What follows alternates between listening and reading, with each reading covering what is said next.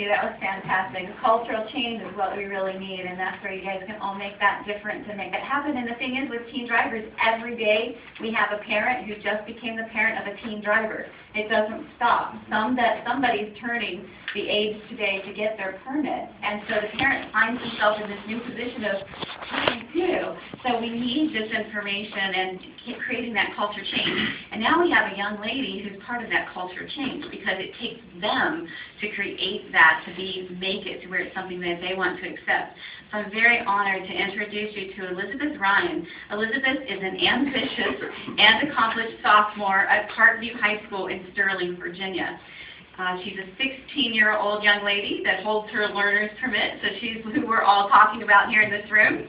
She is skilled in expanding her knowledge of traffic safety and has taken a leadership role on this.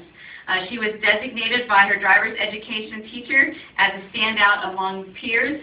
She was one of 3 delegates that were selected to attend the National Organizations for Youth Safety Teen Distracted Driving Prevention Summit that we held this fall.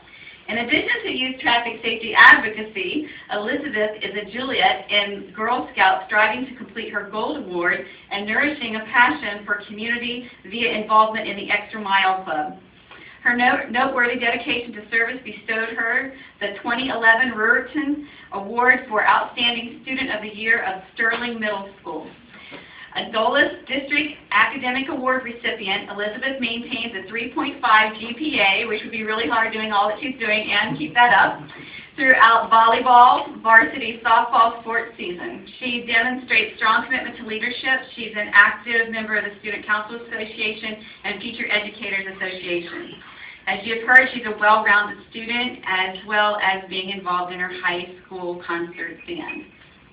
She's a model of the many youth all around the country.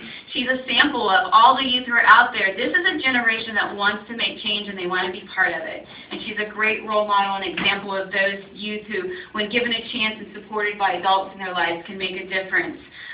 She's decided to live above the influence and have a lifestyle of youth leadership. Please join me in welcoming Elizabeth Ryan.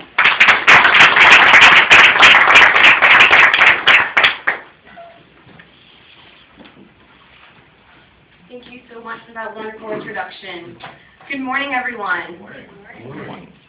As you know, my name is Elizabeth Ryan. I'm 16 years old and a sophomore at Parkview High School in Sterling, Virginia. And I've been asked to speak to you today about an important topic that I've recently been involved with, which is distracted driving. Right now, I would like you guys to get involved, and I'd like you to pull out your cell phones, please, if you already have not. How many of you have an ICE number? Not many? Few? I do.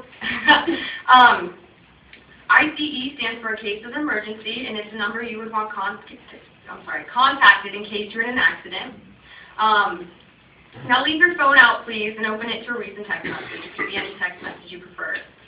If I said to you that speed plus half speed equals speed per second, most of you wouldn't understand what I was saying. But I do, and I'll explain it to you. Picture yourself traveling on I-66 at 50 miles per hour, and all of a sudden you get a text message. When I say begin, start reading your text message you have on your phone. Ready? Begin. 1001, 1002, 1003, 1004. Stop. Look up. Traveling at 50 miles per hour while reading your text message for 4 seconds, you have now traveled the entire length of a football field without lifting your eyes up to see what's on the road. If you didn't finish reading your text message, you're now in the end zone, and hopefully it wasn't your last message you will ever read. That's why I'm here today, and that's why you need an ICE number. I'm very passionate about distracted driving, and this is why.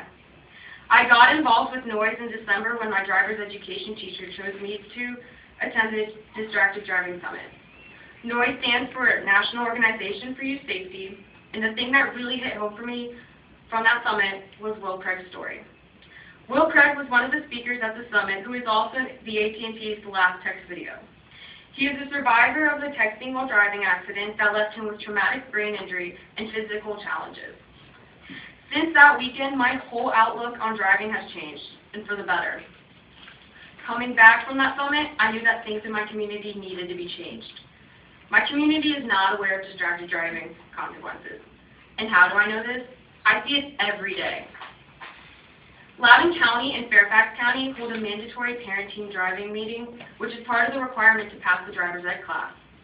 Although the meeting was very informational, there is still more out there that teens and their parents do not know about the dangers of texting while driving. Did you know that 11 teens die every day from texting while driving nationwide? That's 11 too many in my opinion. And this is according to the Institute for Highway Safety. And did you also know that 1 in 4 of those car accidents involve texting while driving? This makes you 23 times more likely to crash, according to the National Highway Transportation Safety Administration. There are so many more facts I can tell you about texting while driving, but my priority is to start with my friends, family, and community, and keep them safe, and hopefully they will spread my message to their friends, family, and community, thus creating a domino effect. My main goal in talking to you today is to get the word out to everyone you know. It's time to focus on the road and turn off your cell phones. It may soon be the law for everyone. In Virginia, Governor McDonald's bill to texting while driving as a primary offense just got approved by the Senate with a 36-4 vote, with the fine cut in half.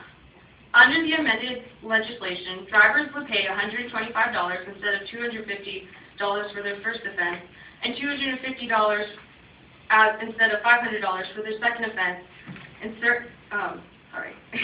for texting while driving. Although the fines impact some people's decisions, and certainly many people's wallets, I do believe this is a step in the right direction. However, what will it get people to completely stop texting while driving? We all feel indestructible at one point in our lives, until something happens and it's too late. Too many lives are being lost from text messages that can wait. Why is it so important that you have to pick up your phone while you're driving? Just turn it off. The knowledge of this topic is not stress the knowledge of this topic is not just enough in my community, so I plan to make a change. Teens are more likely to listen to their peers than adults.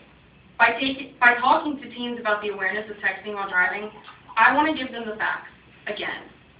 My only hope is to have them listen, see fewer accidents on the road, and also get other teens involved in spreading the word against texting while driving.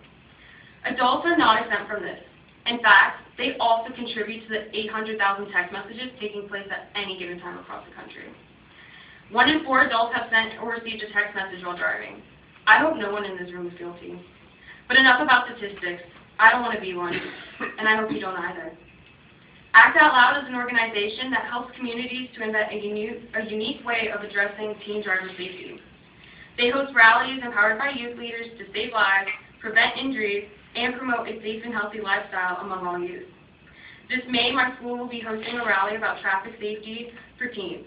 The youth leaders plan on educating our peers at school with this information and hopefully have them think twice before they get behind the wheel. I hope I'm not alone on this. You as parents and adults can get involved as well. Drive cams can monitor your son or daughter's driving activity with real-time feedback.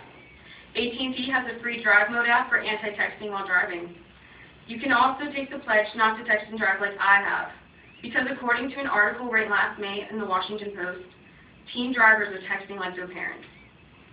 Now, I've given you a lot to think about. If there's one thing I want you to take when you leave today, is this. Out of all the things I've learned in my education so far, I believe that the 2 most important classes I've ever taken are CPR and driver's ed. Why? CPR and driver's ed go hand in hand. The first class teaches you how to save a life, and the second one can take your life in a second if you're distracted. Now, I have a question for you. Do you think I've made a change in you not to text and drive? I hope so. This is my challenge. I know your job is important to you, but your life is more important to you and your family. Thank you again for having me. It has been my privilege and my honor to speak to you today.